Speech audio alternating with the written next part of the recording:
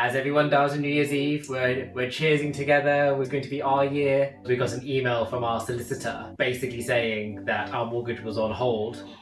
Don't forget to like, comment and subscribe below.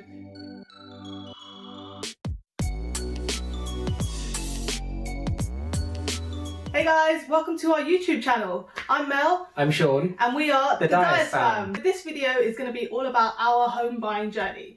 Now guys, it's been some highs, it's been some lows, and I'm really happy that we're finally in a place where we're settled.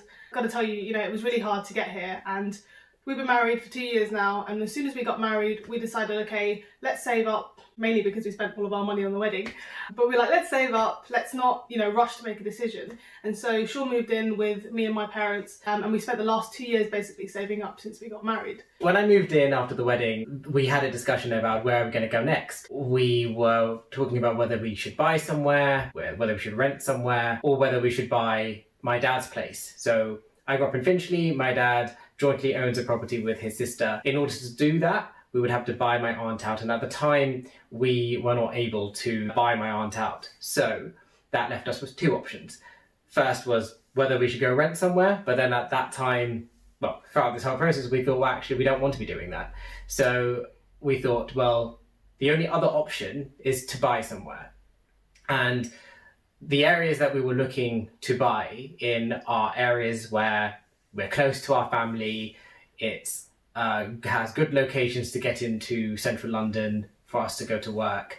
We were also looking at where are we in our stage of life. 1 to 2 years post-married, we were thinking, okay, at some point we're going to want to have kids, so we're going to have a place which is big enough. Is it going to have greenery? Is there going to be a garden? How much space are we really going to have? So things like having a little bit of outdoor space was something that we thought we might have to compromise depending on where we lived. We were mainly looking at North London and West London, and as you guys know, London prices are super crazy.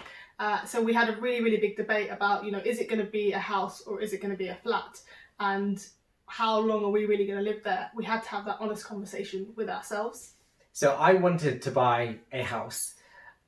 Mel wanted the flat life, the apartment life.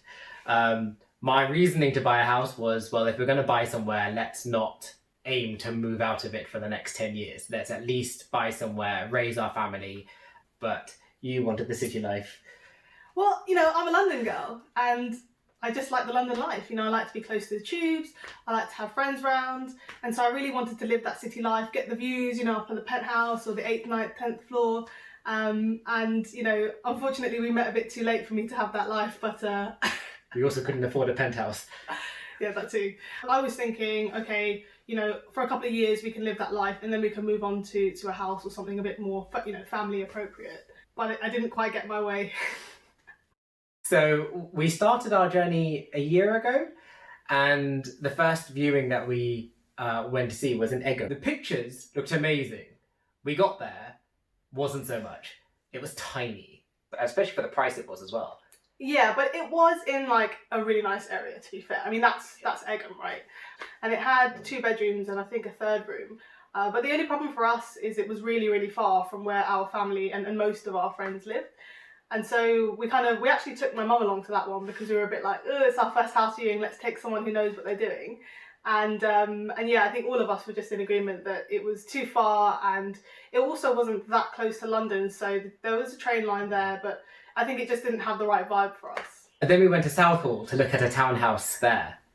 So listen guys, I know what you're thinking when we say we went to Southall, and I know that it's so stereotypical because we're obviously British Asians, right? But, hear us out, there were some really nice new builds in Southall, right? And it's an up and coming area, it's a big area of regeneration. I used to work at Ealing Council, so I kind of know different parts of Ealing, and actually there were some really nice places there. And there was a house there actually, which was part of a new build development, and oh my god, I actually loved it. And I think if that house had been anywhere but Southall, we probably would have gone with it. And it was affordable too. I think it was 500,000 for a 3-bedroom house. Yeah. And it was maybe 10-minute walk to the railway station at Southall, so it was really nice actually, and it had this cool basement. So it was it was like a townhouse, but it had the kitchen in the basement, and it had the bifolding doors out to the garden, so you could have a really cool party there. Although it would have been difficult because the master bedroom was on the 3rd floor, kitchen was on the basement. It wouldn't have been very good for you to go down and bring me my tea every morning, would it? Anyway, we didn't go with it. We saw a few old build houses, and I think, the problem is like everybody was encouraging us to go with the old build houses because of the, resale value and what you can do with it. You can always like do it up. But we were looking at these old build houses, and a lot of the time we would have to do a lot of renovation work and put money into renovating it. But to be honest, once we saved up like almost about 50k so that we could have stamp duty, legal fees, deposit for the mortgage, once we spent all that money, basically, there was no money left to do renovation, and we didn't want to move into somewhere and have to renovate it. So that was kind of like something that we had to weigh up. And my view was that I didn't have the appetite to want to take on a massive project where we renovate an entire house, especially because the idea was that we wanted to live in it. The whole purpose of this was for us to buy somewhere where we can move quickly. So if we were to buy a property and then do it up, we would have to be living in the construction site, and that's not something I wanted to do. You can tell that I'm the one that likes to do things up in the relationship, and I'm the hands-on person. He likes to do all the kind of difficult decision-making, management oversight and all that stuff. But I lead you to the right decision in the end, don't I? Yeah, all right. Anyway, so what happened after that? Basically, we carried on looking at a few more houses. We kind of figured out that it wasn't really affordable for us. And it wasn't also in the areas that we wanted. In London, area is an important thing. So we then started looking at some flats. And so we actually went to loads and loads of new build flats. And the kind of rationale was that we could move in quickly because the process is usually quicker than if you're buying from like somebody else, because when you buy from somebody else, there's usually a chain. And so with a new build flat, they kind of expect the whole process to be done within like 4 to 6 weeks. I think actually at the beginning, when we were seeing these new builds, we were so in love, right? It's so like well designed. There's interior design everywhere, and it's made for people to like want to move in there. So we were really, really into it, I'll be honest, right? When we went to the Hayes development, that was our first one. We sat there for an hour. The sales agent took us to the holographic buildings, because it was still a construction site, and showed us the mock-up flat. And when we left there, Mel was like, "Oh, shall we go back and put a deposit in?" I was like, "No." With these new builds, you can put only like a £500 deposit rather than your 10 to 20% that you would have to do if you were buying kind of a normal house. And you can get that £500 deposit refunded to you actually before you exchange if you change your mind. So I thought, well, that's not too bad of an idea if we do change our minds. But not gonna lie guys, they completely sold it to me. And also that site is built on the old Nestle factory, and all the buildings are named after different chocolates like Bourneville and all of that stuff. So I was like, oh my God. Anyway, Sean convinced me out of it because the location wasn't quite right for us. Not to mention that if we told her mum that we put a deposit in on the first property that we went to see, she would kill both of us. That too. And it's such a rookie thing to do. So we went down to Colindale, we went to Harrow, we went to, what was the other? We went to Hayes, went to Hendon. And so we saw Barrett's, like Red Rose, we saw all sorts of different developments. It was a kind of quite long process, and I think we're going to do another video on all the different places we saw. A lot of them are still actually available to go and buy places at, and some of them are even like 5 to 7 year projects, so we'll do another video on that. So what did we do after that? We saw quite a few flats actually, and then I think we got to a place where we found a new build development in Harrow, which is really, really close to my parents, and we really liked it. So it had my 8th floor views, it had the views across London. It was a really nice little apartment, but it was a 2-bedroom apartment, and it was going for about, I think it was 500,000. Yeah. So then we started the process basically of getting this place in Harrow, because we really liked it. We thought, okay, this is a good 2 to 3, maybe 4 or 5 year plan. We can live in a 2-bedroom flat for a while, and then we can upsize and move out. We went to see it in December 2019, and we just had to make a decision. We had seen so many different flats, so many different houses, and it was getting to the point where if we didn't put a deposit down, if we didn't make a decision, we could just continue. And I was getting quite frustrated. I know, and I think I was probably the worst person. I was like nagging him all the time, because I was like, oh my God, like all of our friends who have got married have moved out, we're not even close to getting somewhere. And you guys, when you actually get a property, putting a deposit down, it's just the first step. It can then take like 6, maybe 12 months depending on who you're buying from. So I think I was getting really antsy and really wanted to move out by then. Yeah, so we saw it, we put our deposit, and there was us. We thought we were done. So they gave us a list of mortgage brokers of solicitors. We decided to use their solicitor because they gave us a discount of £1,000 off the overall conveyancing cost. The broker, we actually used Mel's best friend. Hey, Nix. So we the ball had started to get rolling, and we were there. We spent most of December, or the rest of December, preparing to actually move in January. We were so excited, right? We were like, you know what, we're doing it. We're going to be out 6 weeks. I'm at my parents' house.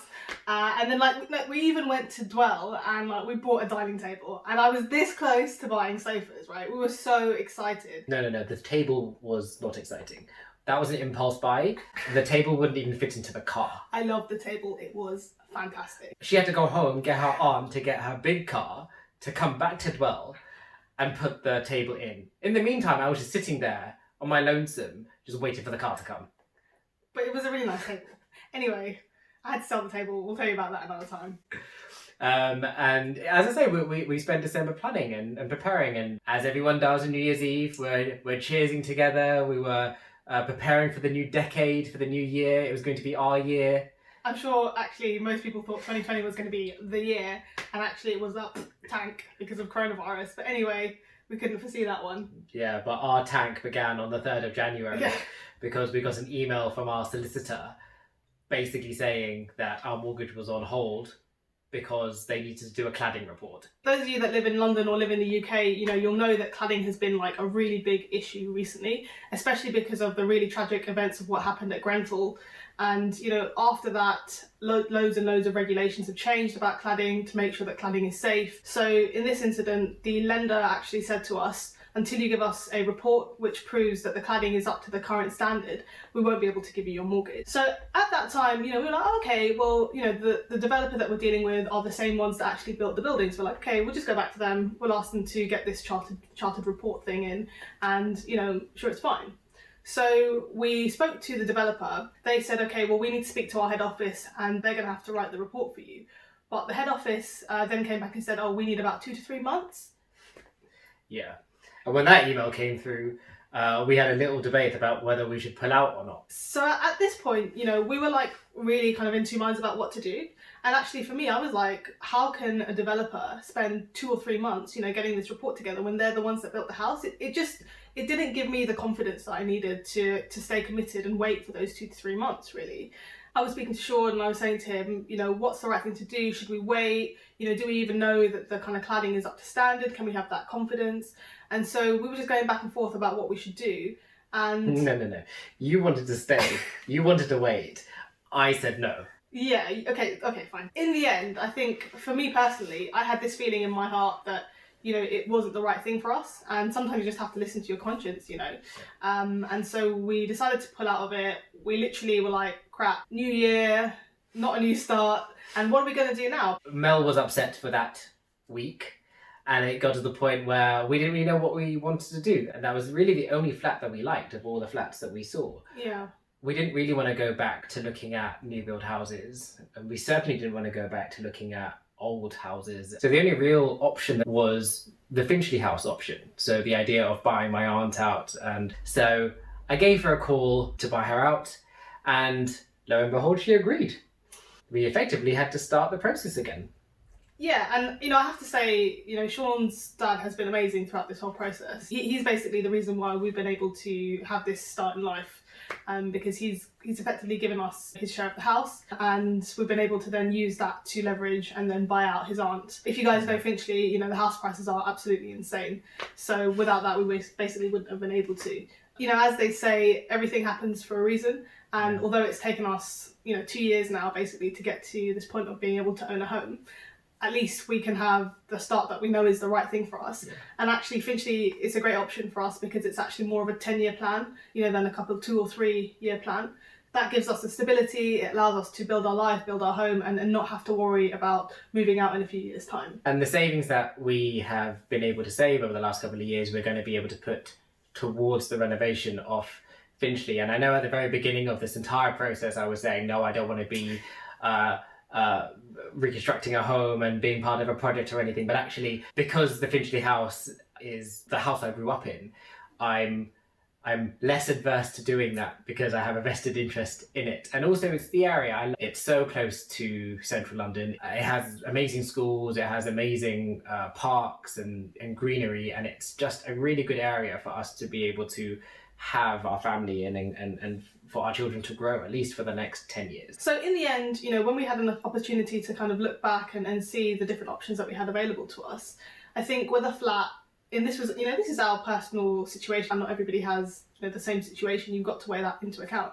But with us, you know, getting a new build flat, which is basically our first, you know, main option before getting the house in Finchley, looking back, I think we maybe wouldn't have put ourselves in the best position, given that we would want to move out in a few years' time after buying it. And that's because you're getting a brand new house, no one's ever lived in it before, you know, it's got new kind of nice walls, it's got new flooring and all that sort of thing. And you're paying a little bit of a premium actually to move in there.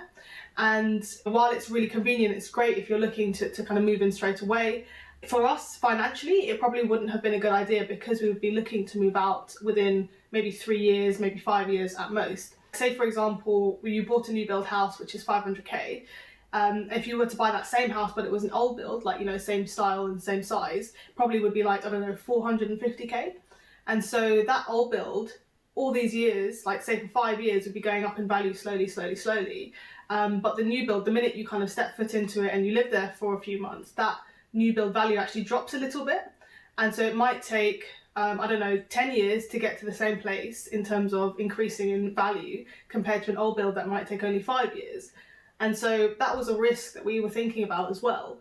And because we weren't in a position to buy the new build flat and then rent it out and then move out somewhere else, we needed to have to sell it. If we sold it in 3 years, we might not even make back the same money that we paid for it. So one of my friends actually bought a new build, had to sell it after about 3 years and ended up in a position of negative equity, where actually the value that the house was at the time that they sold it was slightly less than the value that they bought it. So not only did they need a new mortgage for their new house, but they had to then pay back a bit more to the bank, you know, than what the house was worth and what they eventually sold it for. So that can be a big risk. So I think if I can give some informal advice, if you're going to buy a new build flat, have a view to keep it for at least, you know, sort of 5 to 10 years, not just a few years and then sell it on, because that's quite a big risk, I think.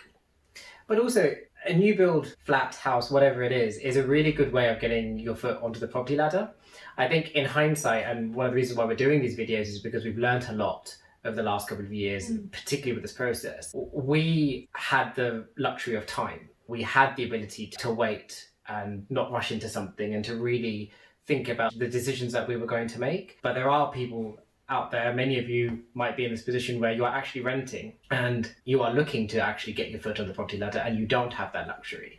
Our advice is think about what your plan is. Think about what your long-term 10-year plan is. If it is about having a family, if it is about just, you know, moving in there, wanting to go after a couple of years, then that will determine the type of property you buy, whether it be new build, whether it be old build. And also, you know, speak to your family and friends about it. You know, don't feel embarrassed that you don't know anything, or don't feel like, you know, you can't ask people. Get out there and get looking, really look at all your options and spend loads of time looking at the options before you make a decision.